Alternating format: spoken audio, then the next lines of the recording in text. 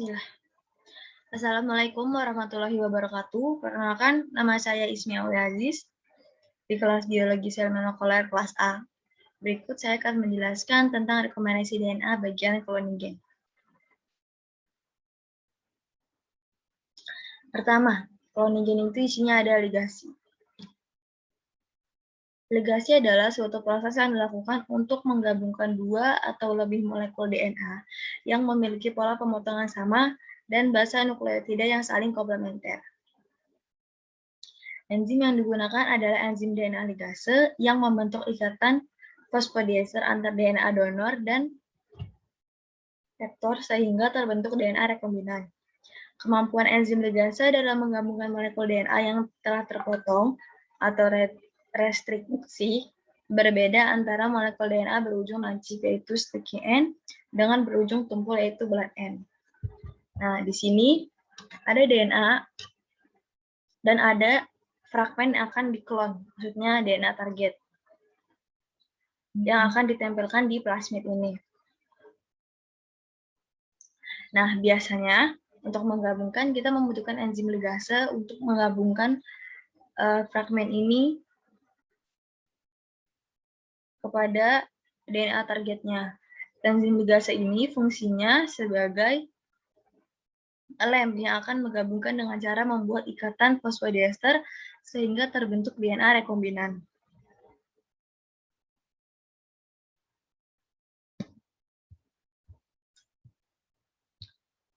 Sticky end akan lebih efisien karena ikatan hidrogen yang terbentuk akan membentuk struktur yang kokoh, sedangkan blunt end kurang efisien karena enzim ligase tidak dapat memegang ujung-ujung tumpul, sehingga diperlukan suatu kesempatan kedua molekul tersebut berdekatan sehingga akan terbentuk ikatan fosfodiester.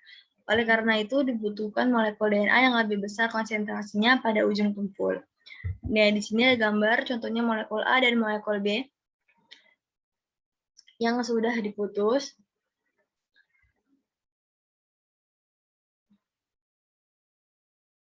Di sini ada ujung lengket yang akan digabungkan. Maka ini ujung lengket ini yang berpotongannya sticky end atau dia itu berpotongannya lancip. Nah, untuk menggabungkannya maka dibutuhkan enzim ligase untuk menggabungkannya. Enzim yang warna ungu ini ini enzim ligasenya. Nah, ketika sudah bergabung maka akan menjadi DNA yang rekombinan.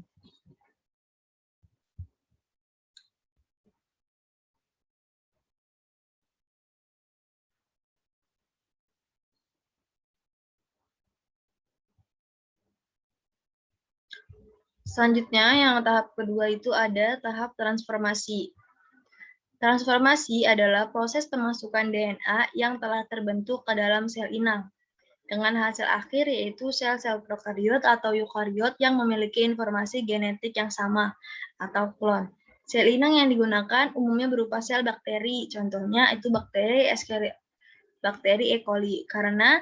Kenapa digunakan bakteri E. coli? Karena informasi genetiknya sangat mudah dipahami, tumbuh cepat dan tidak banyak persyaratan, dan dapat menerima berbagai vektor serta mudah ditransformasikan.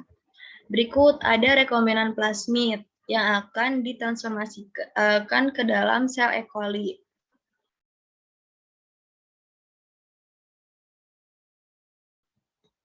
Nah, cara transformasi bagaimana? Ada cara kejut panas atau heat shock, ada kejut listrik menggunakan alat yang namanya electroporation.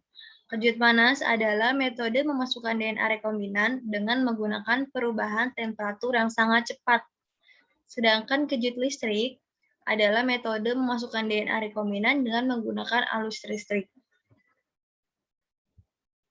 Heat shock, pemasukan DNA ke dalam sel dapat distimulasi melalui heat shock pada suhu 42 derajat selama 30 detik dalam larutan CaCl2. CaCl akan meningkatkan afinitas sel terhadap DNA atau meningkatkan porositas dinding sel. Lalu perakukan inkubasi pada suhu dingin diduga menyebabkan membran sel kembali memiliki fleksibilitas semula. Jadi, DNA itu dimasukkan ke dalam tabung, lalu dimasukkan water bath yang berisi larutan CaCl2 dengan suhu 42 derajat selama 30 detik. Tidak boleh lebih dari 30 detik karena akan mendenaturasi si sel tersebut. Setelah 30 detik, langsung dimasukkan ke dalam beaker gelas yang berisi es. Selanjutnya ada kejut listrik atau electroporation. Pemberian arus listrik diduga menyebabkan DNA rekombinan yang sudah terkumpul di area membran sel dapat masuk ke dalam sel yang membran selnya telah dibuat menjadi lebih fleksibel. Melakukan inkubasi pada suhu dingin diduga menyebabkan membran sel kembali memiliki fleksibilitas semula.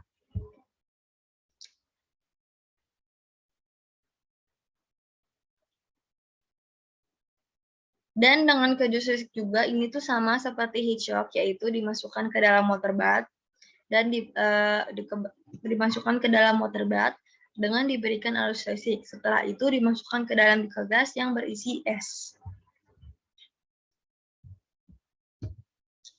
Di dalam sel inang, vektor melakukan replikasi, menghasilkan banyak turunan identik, baik vektornya sendiri maupun gen yang dibawanya atau gen target. Ketika sel inang membelah, salinan molekul DNA rekombinan yang mengandung gen target itu diwariskan pada keturunan selanjutnya. Setelah terjadi sejumlah besar pembelahan sel, maka dihasilkan koloni atau klon sel inang yang identik.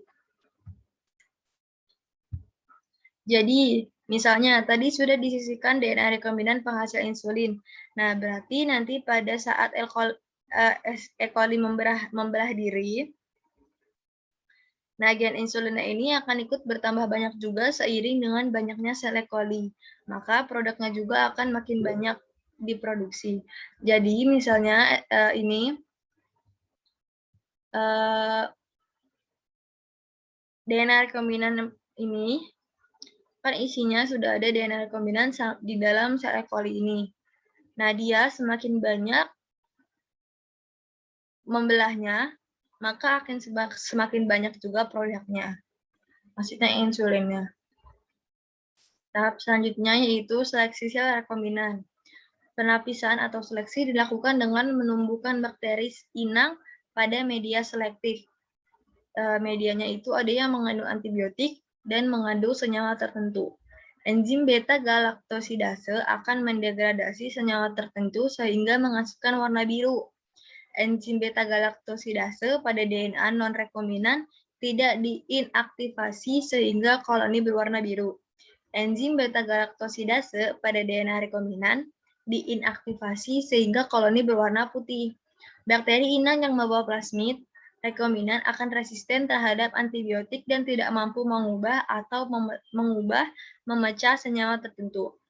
Maka koloni akan menjadi berwarna putih.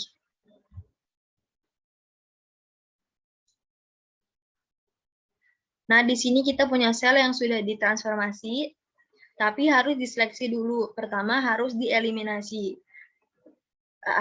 Pertama harus dieliminasi dulu sel tanpa plasmid dan tidak menutup kemungkinan saat heat shock tidak semua bakteri yang masuk DNA. Nah, jadi yang pertama adalah eliminasi sel yang tanpa plasmid. Caranya dengan mikroba yang tadi dibiarkan dalam media yang ada ampisilinnya. Jadi sel yang tidak memiliki plasmid itu tidak akan resisten terhadap ampicillin dan tidak membentuk koloni pada media yang berisi antibiotik. Jadi ketika sudah dibiarkan media yang ada ampicillin bakteri, yang ada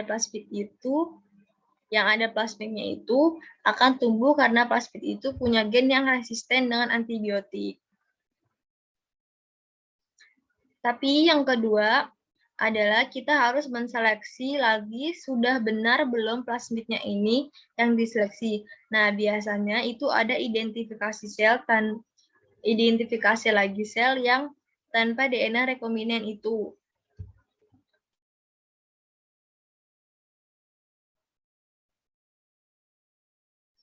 DNA rekombinan itu dibiarkan dalam media yang ditambahkan senyawa tertentu. Nah, kalau koloninya berwarna putih, itu biasanya koloni dengan DNA rekombinan target. Jadi, enzim beta-galaktosidase pada DNA rekombinan diinaktivasi sehingga koloni dengan DNA rekombinasi berwarna putih. Terima kasih, baik itu saja presentasi dari saya. Jika ada salah kata, saya mohon maaf sebesar-besarnya. Terima kasih.